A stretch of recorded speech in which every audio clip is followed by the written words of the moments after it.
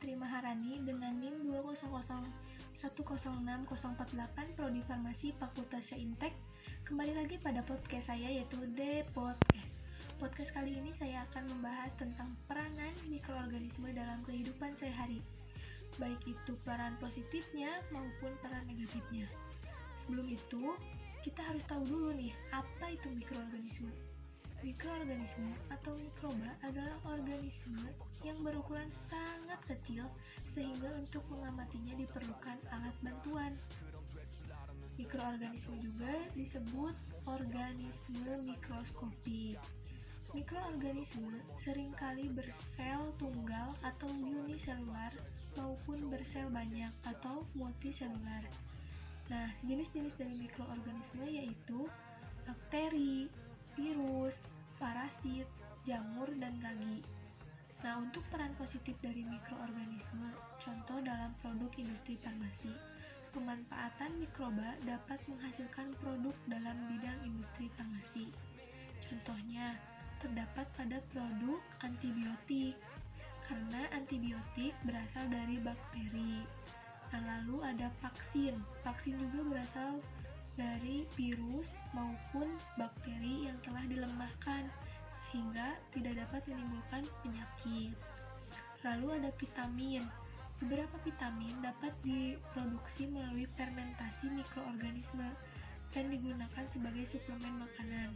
Contohnya, vitamin B12 dapat diproduksi sebagai produk samping pada fermentasi antibiotik oleh Streptomyces.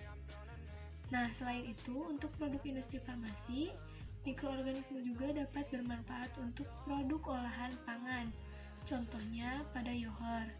Yogurt merupakan minuman hasil kerjasama dengan mikroorganisme tidak sembarangan. Mikroorganisme yang dapat membantu proses pembuatan yogurt ini. Terdapat dua bakteri utama yang membantu proses fermentasi yogurt. Di antaranya adalah Streptococcus thermophilus dan Lactobacillus bulgariscus. Lalu ada bahan pangan mentega atau disebut juga buttermilk.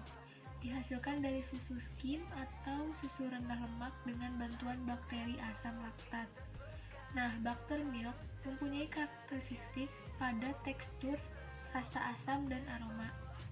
Tekstur dihasilkan dari pemecahan dadi.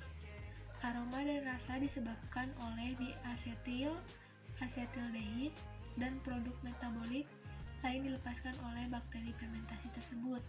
Nah, selain itu juga pemanfaatan mikroorganisme dapat digunakan sebagai indikator pengujian, seperti uji antibiotika, antimikroba, uji aktivitas, dan anti fungi.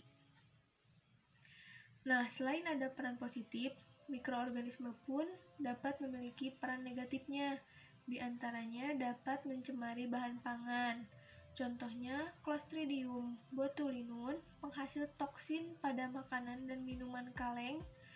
Lalu yang kedua ada Erwinia, Bacillus, dan Enterobacter aerogenes, menyebabkan pelendiran pada susu. Lalu ada Alkaligens, Piscolactis, dan Enterobacter aerogenes, menyebabkan pelendiran pada susu. Dan sebagian mikroorganisme pun dapat menyebabkan penyakit. Sekian podcast kali ini. Terima kasih. Mohon maaf apabila ada kesalahan. Jangan lupa like, comment, and subscribe. Dan sampai jumpa di podcast selanjutnya. Wassalamualaikum warahmatullahi wabarakatuh.